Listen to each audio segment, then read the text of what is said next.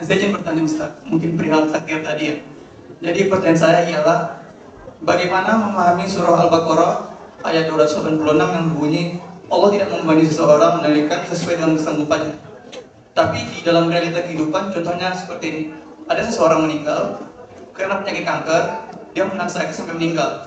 Ada orang saking stresnya sampai dia gila. Tapi dia itu tetap menerapkan iman di takdir. Ini di kampung saya sendiri, dia gila tapi dia sholat.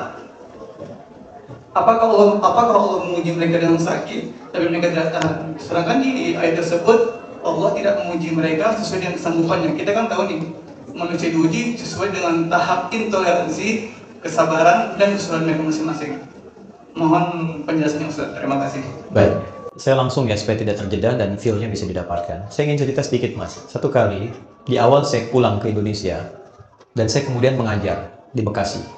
Ada satu pengajian ibu-ibu perempuan, khusus untuk perempuan di hari Kamis. Saat terselenggara itu, satu kajian pertama full, kajian kedua tiba-tiba satu orang tidak ada.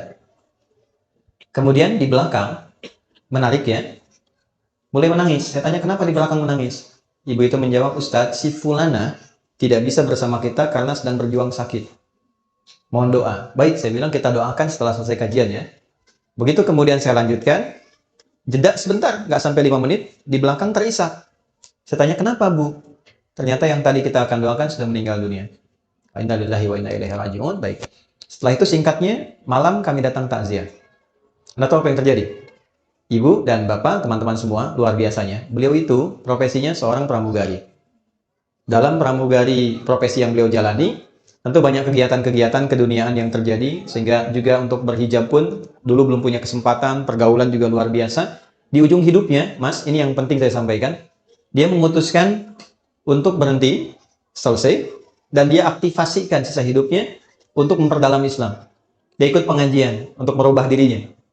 Ketika ikut pertama pengajian, ternyata baru ikut pertama, diagnosis muncul, kena kanker. Lalu masuk rumah sakit. Yang kedua itulah sampai terakhir, ternyata dia berada di rumah sakit sampai ujung hayatnya menjemput. Tapi tahu Anda apa yang terjadi? Ketika saya datang takziah, yang datang itu ibu-ibu pengajiannya, teman suaminya dari jamaah subuhnya, teman-teman lingkungan masjidnya, sedangkan teman seprofesinya belum bisa datang, di malam itu hanya mengirimkan bunga. Saya sampaikan dalam takziahnya, ini luar biasa cara Allah memuliakan hamba ini. Allah berikan sakit sampai ujung hayatnya. Satu, supaya mengisolasi dia dari kegiatan-kegiatan sebelumnya yang sudah dilakukan, sehingga dia fokus untuk bisa menyebut nama Allah saja dalam hidupnya. Setelah dia berubah menjadi orang baik, setelah cukup baginya kemudian beribadah, Allah jemput akhir kehidupannya di tempat dia terisolasi, sehingga dia tidak berbaur lagi dengan yang lain untuk membuat sesuatu yang menyimpang dari kehidupan sebelumnya.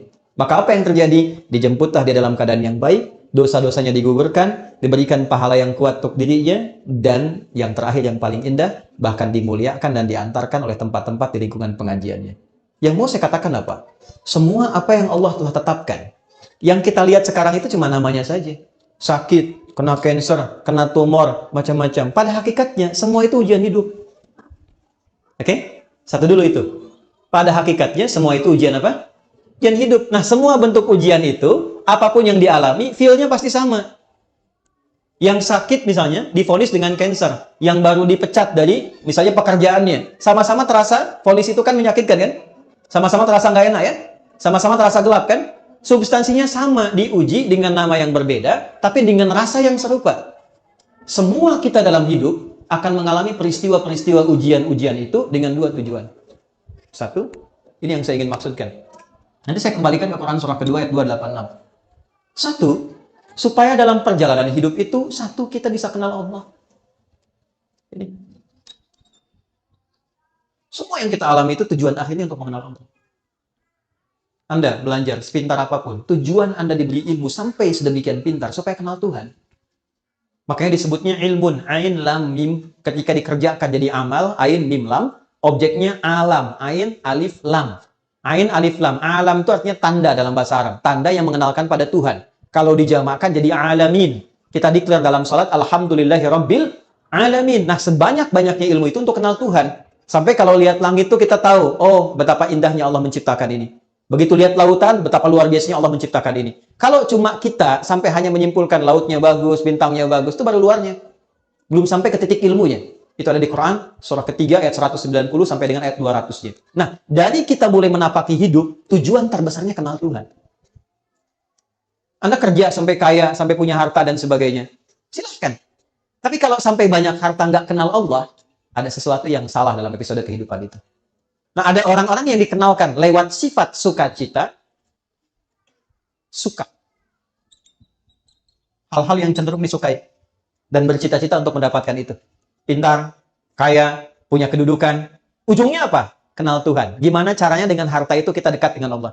Gimana caranya dengan kedudukan kita dekat dengan Allah? Ini konsepsinya ada di Nabi Sulaiman misalnya. Ketika dipuji, Anda begitu hebat bisa menaklukkan awan dan sebagainya. Apa jawab beliau? Hadza min fadli rabbi liyabluwani aashkuru an akfur. Ini keutamaan yang Tuhan titipkan pada saya hanya untuk menguji secara konseptual apakah saya kenal Allah atau tidak. Mengenal Allah dengan sifat sukacita disebut dengan syukur namanya. Oke? Jadi syukur itu bukan sekedar mengucapkan alhamdulillah di lisan kita dari nikmat yang kita terima. Syukur itu bagaimana kita mengolah nikmat yang Allah kasih kepada kita untuk menggunakan nikmat itu supaya lebih kenal dan dekat dengan Allah. Disitulah baru terasa nikmatnya punya Tuhan. Apa fungsi mata? Bukan kalau cuma sekedar melihat, hewan juga melihat. Ayam melihat, kambing melihat. Mata kita ditugaskan untuk melihat yang baik-baik. Bagaimana taunya yang dilihat baik? Pelajari ketentuan Tuhan. Baru terasa punya Tuhan ketika dipraktekkan ketentuan itu. Kata Allah, jangan lihat, dipalingkan. Baru kita merasa iman kepada Allah. Kalau nggak pernah kita ikuti, kita nggak merasa punya Tuhan. Makanya yang sudah beriman, sudah berislam, kan nggak semua bisa dilihat. Ya kan? Anda keluar, lihat reklame di luar. Ada tampilan postur yang tidak boleh dilihat. Kan Anda palingkan kan? Lalu lisan Anda berkata, astagfirullah. Nama Allah disebut. Dan tidak ada yang terlambat. Matanya tetap, lisannya istighfar. Astagfirullah. Nggak begitu. Ya kan? Nah, disitulah baru terasa nikmatnya punya Tuhan. Itu satu. Ya, yang kedua, ada ujian yang kedua terasanya duka. Nih. Secara konseptual, apa yang diberikan? Ya, Allah kasih contoh. Misal, ujian pertamanya sakit. Anda sebut sakit tadi. Tahu Nabi Ayub kan? Oke, Nabi Ayub dengan kita soleh mana? Nabi Ayub. Beliau Nabi, kita bukan. Pernah nggak berbuat maksiat Nabi Ayub? Tidak. Salah apa Nabi Ayub sampai diuji dengan penyakit? Yang dideskripsikan dalam Al-Quran, penyakit itu tidak akan pernah dialami orang setelahnya dan tidak pernah dialami orang sebelumnya. Tidak akan pernah dialami orang setelahnya dan tidak pernah dirasakan orang sebelumnya. Artinya spesial, betul-betul sakit. Nabi loh, sakit. Dan untuk menuju sakit itu ada dua proses dulu. Hari pertama, semua aset beliau itu habis semua. Beliau itu orang kaya, yang kaya luar biasa. Ternaknya banyak, kebunnya banyak. Hari pertama, satu hari, ternaknya mati semua, kebunnya terbakar. Ya, apa yang terjadi? Malah makin meningkat ibadahnya. Terima kasih ya Allah, Engkau titipkan ujian ini untuk saya, bukan pada hamba yang lain. Engkau percaya dengan saya. Setan makin penasaran. Ya Allah, minta izin. Yang kedua, wafatkan semua keluarganya dari anaknya. 12 anaknya, hari kedua meninggal semua. 12 anaknya, meninggal semua. Terima kasih ya Allah yang telah menitipkan anak-anak itu untuk aku rawat dan selesai tugasku merawatnya, dia kembali kepada pemiliknya. Setan makin penasaran. Ya Allah, izinkan, berikan ujian sakit. Yang tidak pernah dialami orang sebelumnya, tidak akan dirasakan orang setelahnya.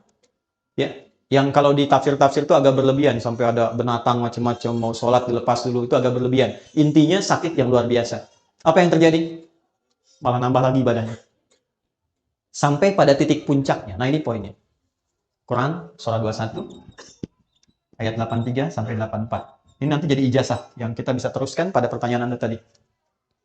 Sampai pada puncaknya ketika beliau tidak mampu menunaikan ibadah dengan sempurna lagi karena makin dahsyat penyakitnya yang kemudian menerpa, maka keluarlah kalimat ini. Wa ayyuba, dan pernahkah engkau belajar dan dengar kisah Ayub? Idznada rabbahu anni massani yadhurru wa anta arhamur rahimin. Ketika beliau bermohon pada Allah dengan mengatakan, ya Allah, penyakit ini, perhatikan kalimatnya, sudah mulai mengganggu aku, sehingga aku tidak bisa menunaikan ibadah lagi dengan sempurna. Jadi minta sembuhnya itu bukan sekedar ingin sehat, tapi motivasinya untuk lebih mendekati Allah. Anda kalau sakit pengen sehat, bisa kan pengen sehat kan? Nah, setelah sehat tuh mau ngapain? Di Quran itu ada panduan yang sangat indah. Kalau penyakit Anda ingin disembuhkan, ya, dengan cepat, tatkala orang memvonis Anda mustahil, tidak mungkin dan sebagainya, maka satu hal yang pernah dicontohkan Nabi Ayub, arahkan kesembuhan itu dengan tujuan untuk meningkatkan kedekatan diri dengan Allah. Ya Allah, penyakit ini sudah mulai menghambat hamba untuk semakin meningkatkan ibadah kepadamu. Sedangkan kau yang paling sayang kepadaku. Kalau pada yang paling sayang tidak menyembuhkan, kepada aksi apa lagi aku mesti berharap? Wa anta arhamur rahim. Apa yang terjadi? Fastajab. Dijawab itu dengan cepat tanpa jeda. Harfu aqfin rabitin baina syai'aini bila hudud. Paham? Tidak. Huruf yang menyambungkan dua peristiwa dengan cepat tanpa jeda. Peristiwa pertama berdoa, peristiwa kedua dikabulkan doanya. Antara berdoa dengan dikabulkan doanya tanpa jeda. Begitu bermohon, seketika dikabulkan. Tapi kapan pengabulan itu terjadi? Ketika sabar dijalani.